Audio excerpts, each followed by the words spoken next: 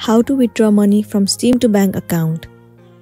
So basically you cannot do it directly from the Steam wallet. As you can see here, if I click on view wallet, you can see some of my money right here. It is below the minimum fund label. So make sure that you have the minimum label before you go ahead and try this method. So you can do this from the third-party website. Head over to Skin Cashier. It will land you on this page. Over here, click on Sell Your Skins. And then tap on Sign In. Enter your email address. And it will also ask you for the trade URL.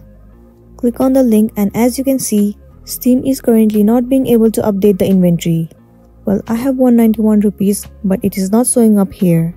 But if it is working for you, then over here you'll be able to select the payment method.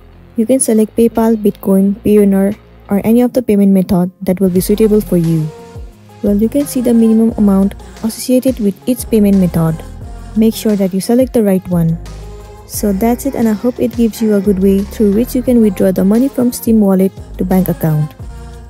So that's all for today's video. I really hope this video is gonna be helpful for you. If it does, please make sure to like and subscribe to our channel. And thank you for watching it till the end.